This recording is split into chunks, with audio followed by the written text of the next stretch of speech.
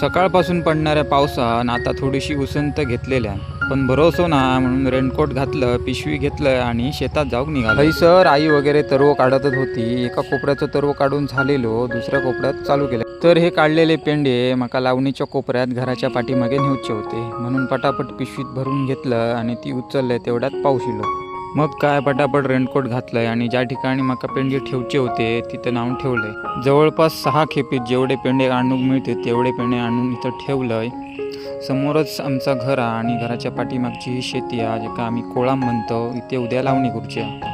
तर पुन्हा एकदा त्या कोपऱ्यात गेलंय, कारण त्या कोपऱ्यात भरपूर अशी चार वाढलेली होती आणि ती पूर्ण साफ करून तो लावणीसाठी तयार करूच होतो. अशा प्रकारे हो कोपरो पूर्ण साफ करेपर्यंत बरंच टाइम झालेलो. मामा सुद्धा इल्लेले. आम्ही तो कोपरो साफ करत होतो तोपर्यंत इकडे अर्धो कोपरो तरव काढून झालेलो. नंतर पुन्हा एकदा थोडेसे तरव्याचे पेंडे त्या जागेवर नेऊन ठेवले आणि मग घरात जाऊन निघाले. व्हिडिओ कसं वाटलो नक्की सांगा आणि आपल्या चॅनलला नक्की सबस्क्राईब